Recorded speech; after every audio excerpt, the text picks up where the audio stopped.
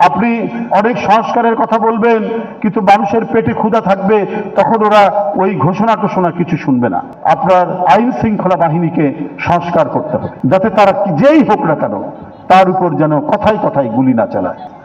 আমরা 5ই আগস্টের পর হয়তো সেই নিরাপত্তা পেয়েছি, এখন নির্বিঘ্নে যাতায়াত করতে পারি, কিন্তু যারা হয়েছেন অন্তর্বর্তীকালীন সরকার তাদেরকেও তো মাথার মধ্যে রাখতে হবে।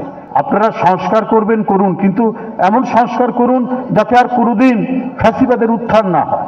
এখনো চালের দাম কমেনি, চাল তো কোনোভাবেই নিয়ন্ত্রণ করতে পারছে না।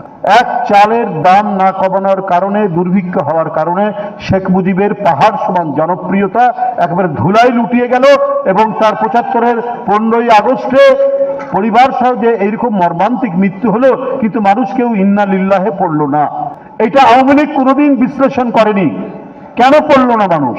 যদি দুর্ভিক্ষে মানুষ কলা গাছের পাতা, আম গাছের পাতা চিবিয়ে খায়, আর একই সময় 32 নম্বর ধানমন্ডিতে সোনার মুকুট পরে যদি ভাইয়ের বিয়ে হয়, এটা মানুষ ভালোভাবে নেবে না। এই বোধ শেখ হাসিনা আওয়ামী লীগের নেতাদের ছিল না। যদি থাকতো তাহলে আবার তারা দ্বিতীয় বাকশাল, দ্বিতীয় গণতন্ত্র হরণ এবং দ্বিতীয় তারা 2-0 বাকশাল করে গোটা দেশকে আরেকটি বন্দিশালায় পরিণত করতে পারত না। এই জন্য অন্তর্বর্তীকালীন সরকারকে বলি, আর যেন কোনো আয়না ঘর না হয়। আপনারা এখনো সেই ব্যবস্থা নেননি কেন? চালের দামও আপনাদেরকে কমাতে হবে। আপনি জুলাই ঘোষণার কথা বলবেন, আপনি অনেক সংস্কারের কথা বলবেন, কিন্তু মানুষের পেটে ক্ষুধা থাকবে, তখন ওরা ওই ঘোষণা টোষণা কিছু শুনবে না। আমাদের লক্ষ লক্ষ, প্রায় 1 কোটি 1.5 কোটির মতো মানুষ কর্মসংস্থান করে খাচ্ছে। কার অবদান? জিয়া রহমানের অবদান।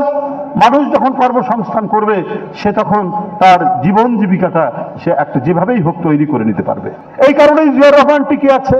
কিন্তু আমি বড় বড় কথা বললাম, ফানুস উড়ালাম, কিছুই করতে পারলাম না, তাতে কোনো কিছু লাভ হবে না। আপনার আইন শৃঙ্খলা বাহিনীকে সংস্কার করতে হবে, যাতে তারা যেই হোক না কেন তার উপর যেন কথায় কথায় গুলি না চালায়। এই সরকারকে শটগান, আরে জনতার মিছিল, মানুষের মিছিল নানা কারণেই হতে পারে, সেখানে নানা পদ্ধতি আছে। টিয়ার গ্যাস মারতে পারেন, সেখানে লাঠি চার্জ করতে পারে, কিন্তু মিছিলের আওয়াজ শোনার সাথে সাথেই আপনার শটগান দিয়ে গুলি করবেন? এই 16-17 বছর শেখ হাসিনা বিএনপির কোনো মিছিল, কোনো স্লোগানের শব্দ শুনলেই সেখানে আপনার শটগান দিয়ে গুলি, আর তাতে কত মানুষ যে অন্ধ হয়েছে, কত মানুষের যে পা চলে গেছে, কত মানুষের যে হাত চলে গেছে, কেউ খোঁড়া হয়েছেন, কারো পঙ্গুত্ব বরণ করেছেন, এবং 2 চোখ চলে যাওয়াতে অনেকে অন্ধ হয়ে গেছে। এগুলো নিষিদ্ধ করতে হবে, নতুন করে ঢেলে সাজাতে হবে পুলিশ, তাহলেই হবে আপনার সবচাইতে বড় সংস্কার। আর সংস্কার মানুষের আহারের নিশ্চয়তা দিতে হবে, এবং বিচার বিভাগের স্বাধীনতা এবং সত্যিকারের স্বাধীনতা।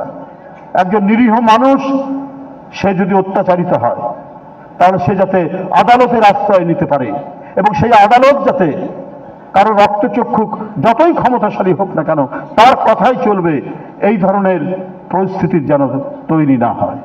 আদালত একেবারে স্বাধীনভাবে চলবে, এই নিশ্চয়তা দিলে এর চাইতে বড় আর সংস্কার হতে পারে না। আর এগুলো করার জন্য বেশি সময় লাগে না। আর সংস্কারটা তো ধারাবাহিক প্রক্রিয়া, চলমান প্রক্রিয়া।